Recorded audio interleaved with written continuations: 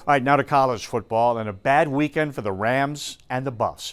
Jay Norvell and his team lost 20-3 to Washington State at Canvas Stadium. The Cougars before that had given up 59 points in both of their previous two games, and the Rams scored 3.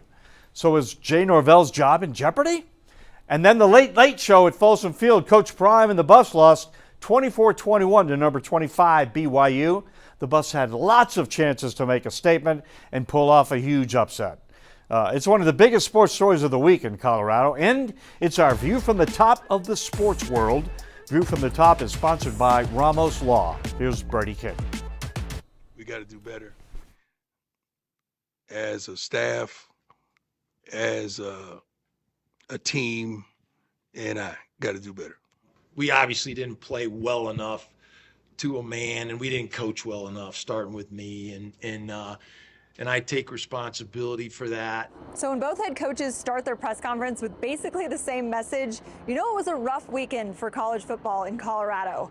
CU started fast, CSU never really got going. But for both programs, it ended the same. Another loss and a growing list of concerns.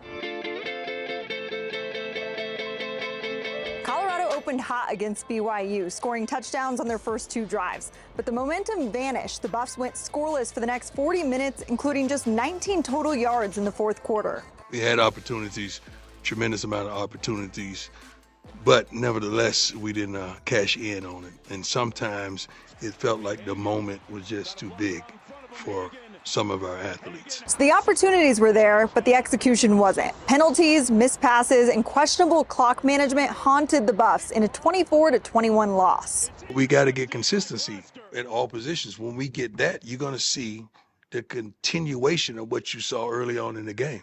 And up in Fort Collins, CSU's offense didn't just struggle, it staggered. The Rams managed just 3 points against a Washington State team who had given up 118 in their previous 2 games combined. We've got some key guys that are injured right now. We got some new players. Obviously we had some penalties tonight. We had a turnover in the first half. We were just not able to get over the hump and get any positive momentum going. Quarterback Jackson Brousseau made his first career start. He threw for 188 yards and competed hard, but really got little help from the rest of his offense. I thought Jackson did a pretty good job in the game. He found open receivers. He stepped up in the pocket. He competed hard. I don't think we made enough plays around him. The Rams have now dropped 3 straight, and while Norvell is saying the right things, the sea under him is heating up. I know it's early, Jay, but the way these 3 home games have played out, do you worry at all about your own future? No, I don't. No, I'm coaching and I'm trying to do the best that I can with these kids, and so no, I'm not worried. I think that we have the basis for a good, solid football team. We just need to get back on track, and we need to win. We need to win. We need to win to get going and to build some momentum with this group. Both coaches say they believe in their locker rooms, but belief only goes so far without wins. From Boulder to Fort Collins, that's our View from the Top. For Denver 7 Sports, I'm Brady King. All right, thanks, Brady. We'll see what the future holds for Jay Norvell this week and then after the season is over, too.